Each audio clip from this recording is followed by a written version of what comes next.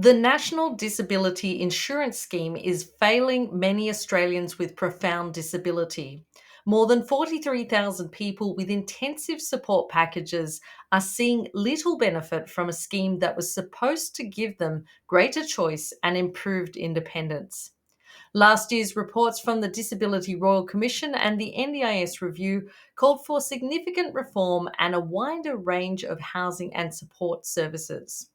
But neither report provided a clear and detailed roadmap to improve people's safety and give them alternate options.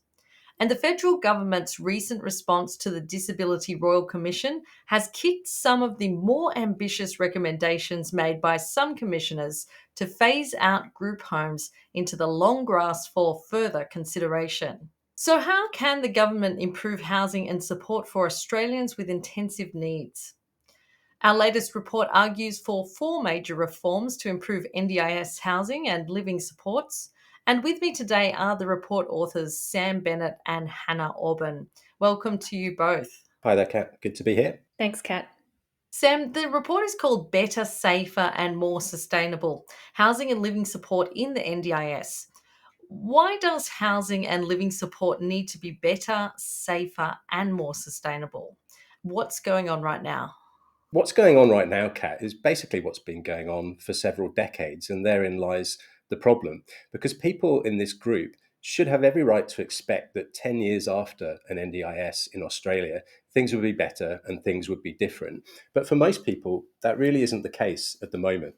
This is a group of people that we don't hear an awful lot from or about, but they are the people that have the highest level of need for support from the NDIS. More than 43,000 people have these intensive housing and living support packages. And really, the only option currently available to most of them is to live in a group home. And we know from the Royal Commission and the copious testimony that they heard that there are high risks of violence, abuse, neglect, and exploitation in those settings. It's also really hard to see how they get some of the real benefits that were supposed to come from the NDIS of being more connected to the community and having greater independence and choice in their lives. And for all of that, the costs are absolutely sky high. We're talking $15 billion in the last financial year alone, average costs of over 350,000. And that's almost 40% of the total cost of the scheme for only 7% of its users. So that's the real nub of the problem in terms of what's going on right now. People don't have many real choices. The choices they do have are often unsafe and low quality, and they cost a huge amount of money to boot. So we're showing in our report that it's possible to do a lot better for these people in ways that are efficient for the public purse. And we argue that getting the scheme working well for this group should really be the litmus test for any government seeking to get the NDIS back on a sustainable track. Yeah, and we'll talk more about that throughout this podcast. But Hannah, first, who is the report about and what kind of homes are they living in? So, we're talking about a small group of people who need intensive housing and living supports. It's about 7% of all NDIS participants, which, as Sam said, that's about 43,000 people in a scheme that serves about 660,000 people. So, this is really the core group for the NDIS. It's the group of people that it was really set up for, people with severe and lifelong disability who need really intensive support. Just over a third of this group have intellectual disability, while about another 20% or so have autism or psychosocial disability. And then there are other disabilities such as spinal cord injury, acquired brain injury, and other physical or neurological disabilities. And this group need at least 8 hours or more of support per day, and often support overnight as well. So, given the intensity of their support needs, NDIS packages for this group add up to nearly 2/5 of the total cost of the NDIS, which we estimate to be about $15 billion in 2023-24. So as Sam said, that means about 7% of people in the scheme have packages worth about 37% of total scheme cost. We always expect in an insurance system that there'll be disparity where a small group of people receive a disproportionately large number of resources. However, for this price tag, we really expect to see quality services, safe services, and value for money. And people with disability deserve this, and they deserve options as well. You can't have genuine choice without options. Unfortunately, we're seeing a lot of the opposite. The NDIS regulator looked into group homes and found really high rates of violence, abuse, neglect, and exploitation, which is just unacceptable. And many people who need these intensive living supports live in group homes. And these are homes where people with disability live together so that they can share support. So you might have a house with 5 people with disability living together and maybe 1 or 2 support workers on site 24/7. It's cheaper to run them this way because instead of 5 people having an individual support worker in their home, they live together and split the cost. That's perfectly reasonable. There's nothing wrong with living together.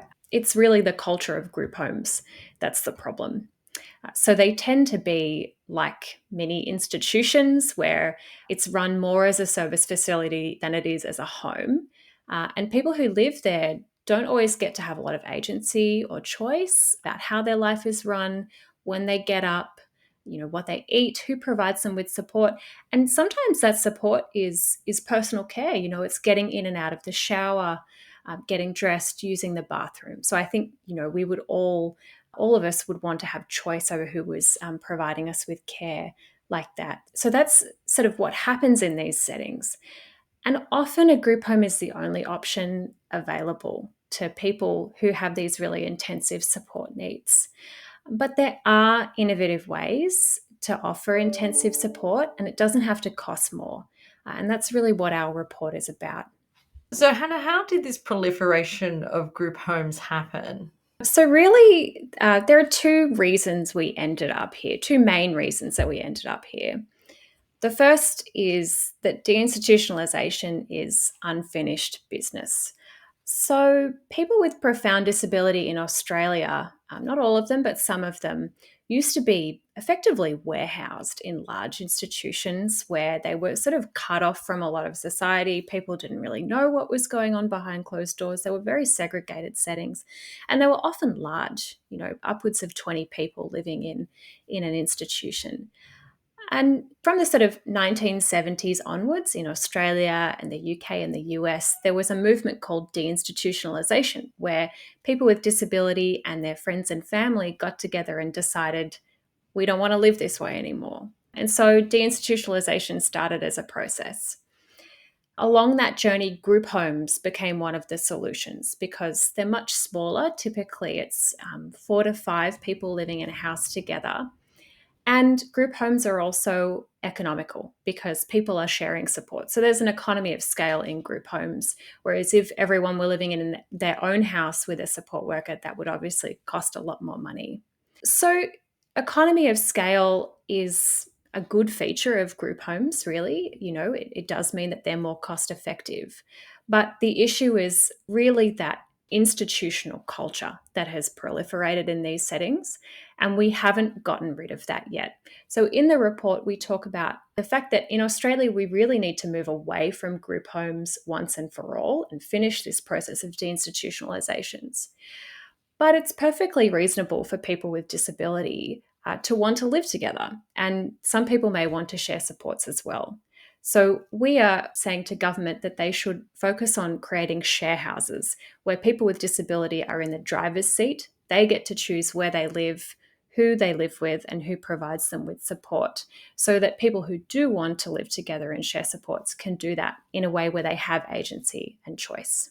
Yeah, and that's something we're going to get into. I think one of the most interesting things about reading this report is reading about the innovative living arrangements that you've researched from around the world. And Sam, I was wondering if you could talk us through a few more of those that you've found and that are effective.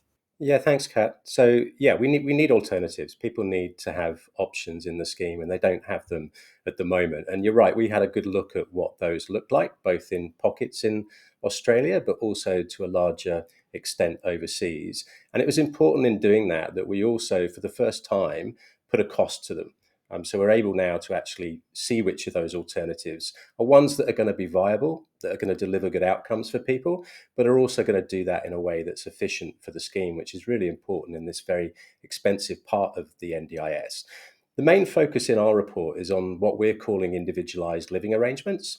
And that's a catch-all term for a range of different ways that people with intensive needs can get support, which is differentiated really from a group home in three main ways. First is that it's about people living in ordinary homes in the community, and they'll have chosen the people that they're living with in those homes. Second is that they're not required to share support with other people within the home as a feature of that service setting.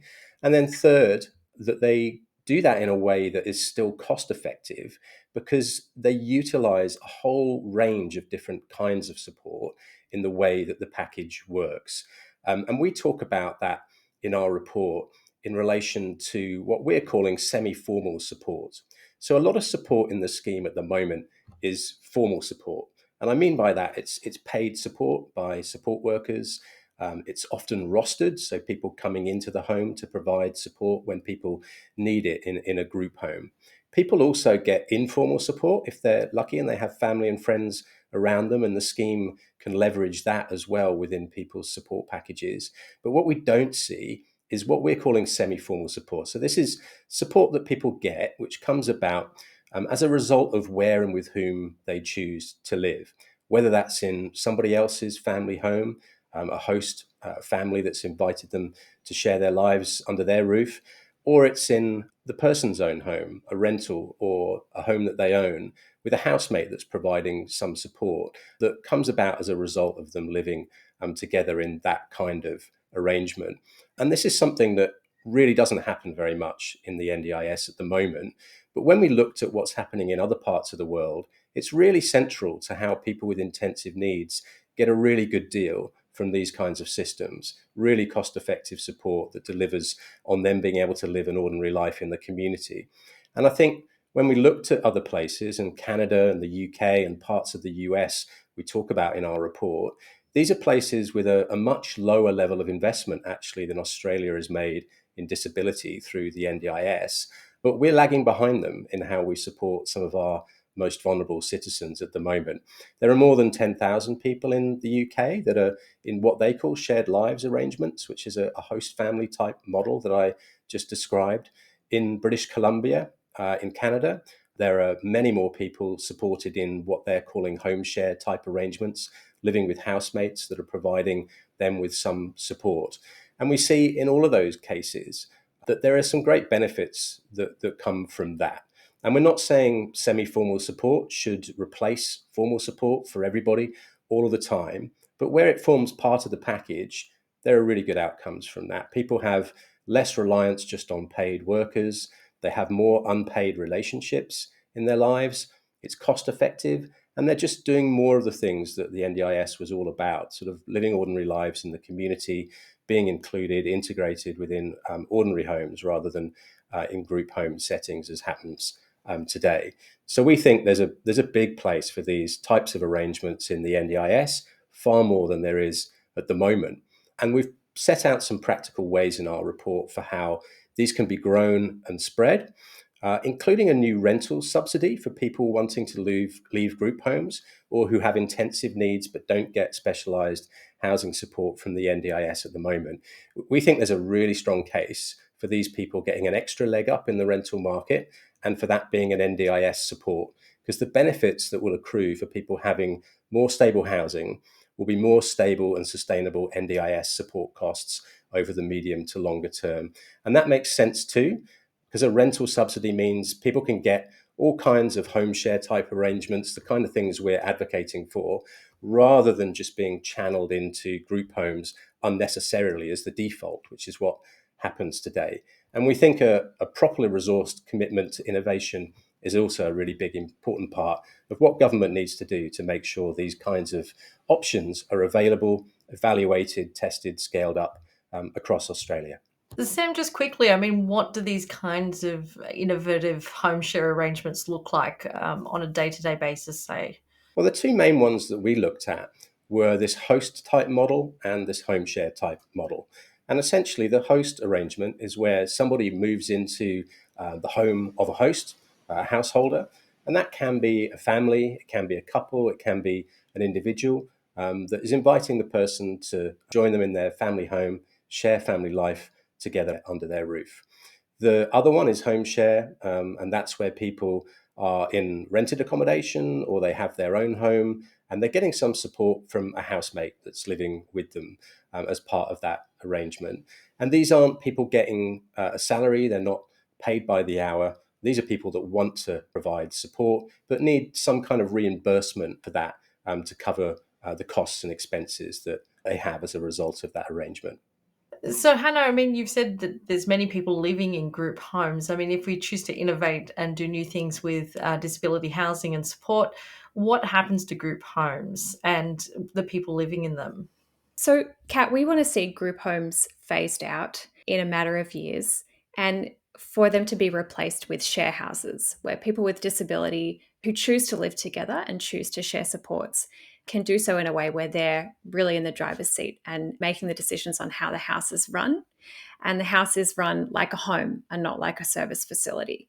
However, we also really want to see more options for people to take up rather than just sharing supports in accommodation. So, as Sam mentioned, host and home share, we want people to know what these options are and to be able to try out different things. Not only do we think sometimes they're better, they can be cheaper as well. Yeah, so look, we recognize, Kat, people are still going to want to live together in future, and some people will want to share support when they do so. Other Australians at all walks of life choose to live with other people at some point in time. So why wouldn't people with disability do the same? But we need to make sure that when they're sharing supports in those kinds of arrangements, they've got much more choice and autonomy over their home life than they do today. We want to see an end to institutional types of shared support. That includes the larger group homes that are remnants of that deinstitutionalization process that Hannah was talking about. We agree that they should be phased out entirely. And the timeline for that, we think, is pretty fair, that the one the Royal Commission identified for those no longer being part of the NDIS at all within 15 years. But more than that, we need to deal with that institutional culture when people share support, regardless of how big the home is. It needs not to be set up for provider convenience. It needs to be people having choice, particularly over who they live with, but also who provides the support, how it's provided. And people with disability really need to be in the driving seat of all of those types of questions. And we talk about several things that will help to ensure that shift happens.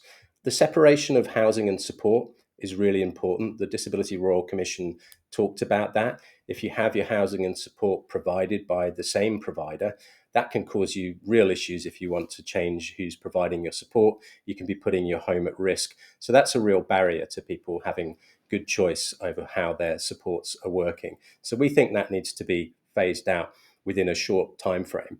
We also think that what we're calling resident-led governance arrangements are really important. So this is ways that people can really have certainty that they're in control of the way that decisions are made in the home, about how support happens day to day, and about important things like how vacancies are managed when they happen. And we also think that service agreements, which the regulator in the NDIS currently recommends, should be required and they should be enforceable in terms of how that system's going to work. And we also talk about how we incentivize changes to happen so that providers are making these changes, that payments in this part of the NDIS should at least in part be linked to evidence that these kinds of changes are happening. Hannah, in the report, you did say that people should have more flexible funding so they can try out alternatives to group homes, but would that just cost more money? Is there a risk that this funding will disappear? So, flexible funding doesn't mean it's unaccounted for. When we say flexible, what we mean is that people who, when they get their package, they have flexibility over what they use it on. You know, maybe they want to spend more on their home and living budget and less on time with the occupational therapist or the speech pathologist.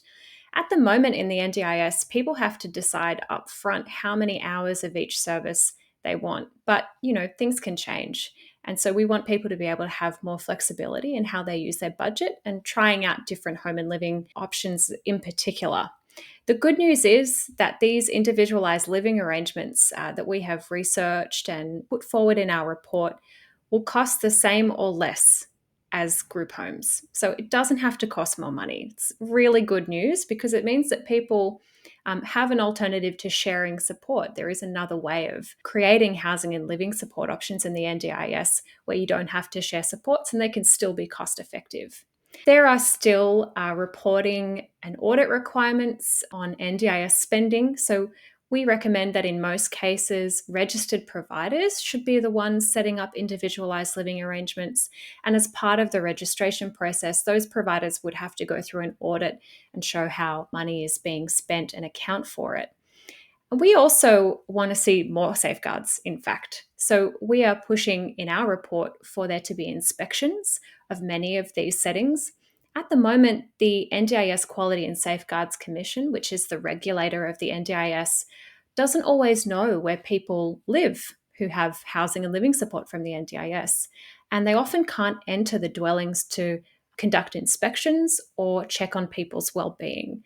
And really, that's not good enough. In most cases, we want the Quality and Safeguards Commission to be able to enter these properties and check on people's well-being to make sure that they're okay and that they're happy in their housing. Thanks, Hannah. One final question for you, Sam. I mean, there's been a lot of press recently about what the NDIS should or shouldn't pay for, and the Department of Social Services has asked for feedback on a list of supports that are in and out. So, Sam, what are your thoughts on what the NDIS should or shouldn't pay for? Yeah, it's a really big question. There are some things here that are relevant to our report and the things that we've been talking about. And for the sake of public confidence in the NDIS, that there's a good reason to create a short list, and short being the important part of that, I would suggest, to ensure that things that are at odds with public expectations about the appropriate use of public funds are ruled out. So we already have some rules on this in the scheme, but extending those to explicitly exclude things like alcohol, gambling, junk therapies, even, and anything that's illegal, really, that's fair enough.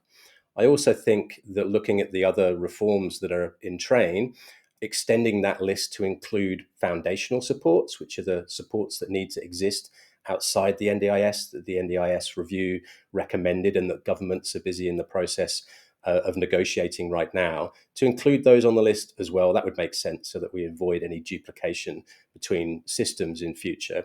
But the list goes a lot further than that. It tries to itemize everything that cannot ever relate to someone's disability. And I think that's a fool's game, really, when in most instances the answer should be, it depends. A list of outs and ins is not actually what's going to make the NDIS sustainable into the future. It's the bigger changes that are in that recently passed legislation that mean that budgets in future will be set differently in a way that's more consistent and predictable and easier to administer for the NDIA within the funding envelope that's set by government. And once you fix that issue, a scheme like the NDIS actually needs to optimize people's flexibility rather than constrain it by and large, because it's people getting support in innovative ways, like those that we've been talking about on this podcast, that need to be enabled by the scheme. These are the sorts of things governments might never have thought of to buy for people, which can be really efficient. So there are a few things on the list at the moment that really need to either come off or be clarified, because one interpretation is that they would outlaw some of the kinds of reimbursement payments that we think would enable a housemate to provide voluntary support in an individualized living arrangement. That always needs to be an option for people. Government should be supporting and promoting that rather than outlawing it. Thank you so much, Sam and Hannah. If you'd like to read this report, it's available for free on our website at grattan.edu.au. If you'd like to support this work and the work of our disability program, please donate at our website as well. As always, please do take care, and thanks so much for listening.